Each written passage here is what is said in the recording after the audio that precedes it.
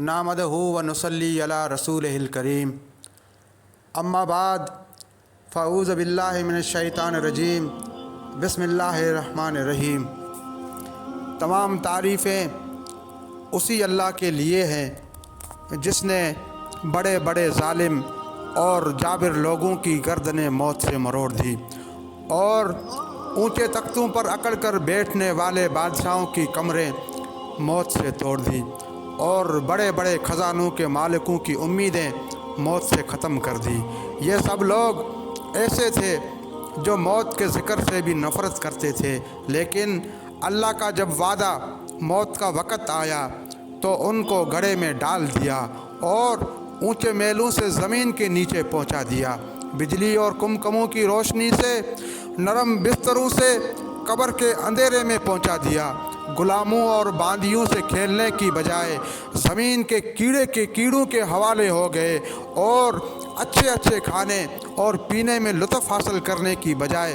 خاک میں لوٹنے لگے اور دوستوں کی مجلسوں کی بجائے تنہائی کی وحشت میں گرفتار ہو گئے۔ پس کیا ان لوگوں نے کسی مضبوط قلعے کے ذریعے موت سے اپنی حفاظت کر لی؟ اس سے بچنے کے لیے کوئی دوسرا ذریعہ اختیار کر لیا؟ پس وہ ذات پاک ہے جس نے قہر اور غلبے میں کوئی دوسرا شریک نہیں اور ہمیشہ رہنے کے لیے صرف اسی کی تنہا ذات ہے، اس کا مثل نہیں۔ پس جب موت ہر شخص کو پیش آنے والی ہے اور مٹی میں جا کر ملنا ہے اور قبر کے کیڑوں کا ساتھی بننا ہے اور منکر نکیر سے صادقہ پڑھنا ہے اور زمین کے نیچے مدتوں رہنا ہے اور وہاں بہت طویل زمانہ تک ٹھکانا ہے اور پھر قیامت کا سخت منظر دیکھنا ہے، اس کے بعد معلوم نہیں جنت میں جانا ہے یا دوزخ ٹھکانا ہے، تو نہایت ضروری ہے کہ موت کا فکر ہر وقت آدمی پر مسلط رہے۔ میرے دوستو، دنیا کی زندگی چاہے کتنی ہی زیادہ ہو جائے بہرحال ختم ہونے والی ہے۔ اس کا مال و متاع چاہے کتنا ہی زیادہ ہو جائے ایک دن چھوٹنے والا ہے۔ آخرت کی زندگی کبھی بھی ختم نہ ہونے والی ہے، اس کی نعمتیں ہمیشہ رہنے والی ہیں۔ ایسی حالت میں کھلی ہوئی بات ہے، آدمی میں اگر ذرا سی بھی عقل ہو تو ایسی چیز کو اختیار کرنا چاہیے جو ہمیشہ اپنے پاس رہے گی۔ ایسی چیز کے پیچھے پڑنا جو کسی طرح بھی اپنے پاس ہمیشہ نہیں رہ سکتی، بے وقوفی کی انتہا ہے۔ مگر ہم لوگوں کی عقل پر غفلت کا پردہ پڑا ہوا ہے۔ اسٹیشن کے ویٹنگ روم کی زیب و زینت پر دل لگائے بیٹھے ہیں اور قیام صرف اتنا ہے کہ جب ریل گاڑی آ جائے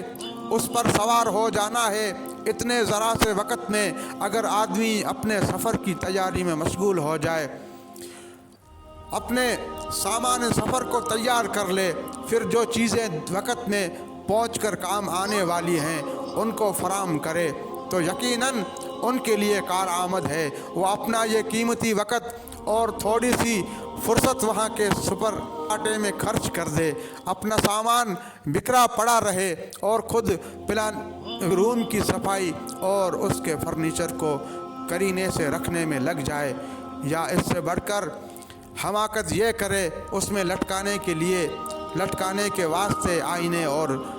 نقشے خریدنے میں لگ جائے، تو اپنا سامان بھی کھوئے گا اور اپنی متاع بھی ضائع کرے گا۔ اللہ تعالیٰ فرماتا ہے، اے ایمان والو، تم کو تمہارے مال اور تمہاری اولاد اللہ کی یاد سے غافل نہ کر دیں، اور ایسا جو کرے گا ایسے ہی لوگ خسارے والے ہیں۔ اور جو کچھ اللہ تعالیٰ نے تم کو دیا ہے اس سے پہلے خرچ کر لو کہ تم میں سے کسی کی موت کا وقت آ جائے اور وہ کہنے لگے، اے میرے رب، مجھ کو تھوڑے دن کی مہلت اور کیوں نہ دی کہ میں خیرات کر دیتا اور نیک لوگوں میں ہو جاتا۔ اللہ تعالیٰ کسی شخص کو بھی جب اس کی موت کا وقت آ جائے ہرگز مہلت نہیں دیتا، اور اللہ تعالیٰ کو تمہارے سب کاموں کی خبر ہے۔ مال و متاع کی مشغولی، اہل و عیال کی مشغولی ایسی چیزیں ہیں جو اللہ جل شانہ کے احکامات کی تکمیل میں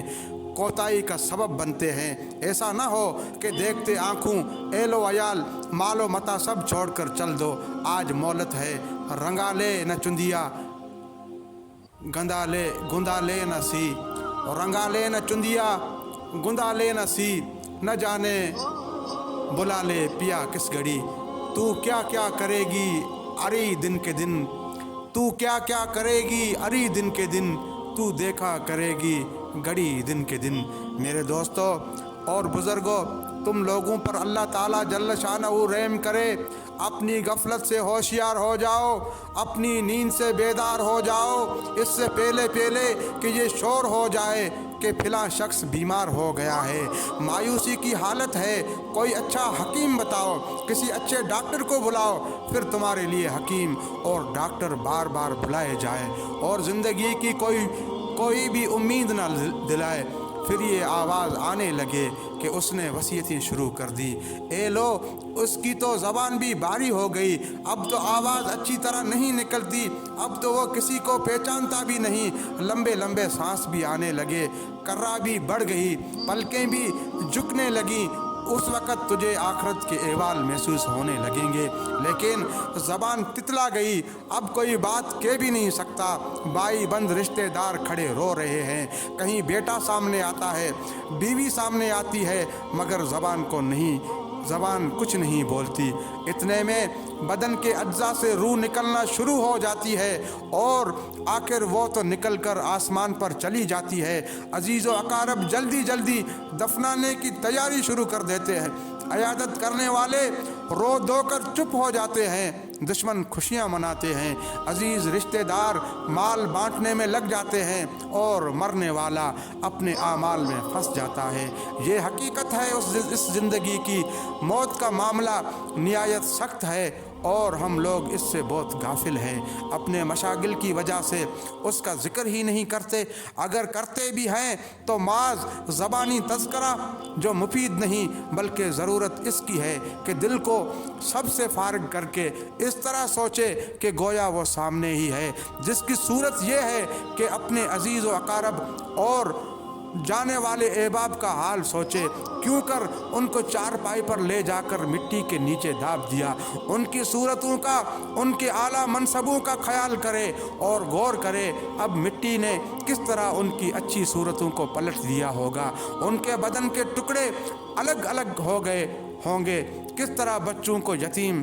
بیوی کو بیوہ اور رشتہ داروں کو روتا چھوڑ کر چل دیے، ان کے سامان، ان کے مال، ان کے کپڑے پڑے رہ گئے، یہی حشر ایک دن میرا بھی ہوگا۔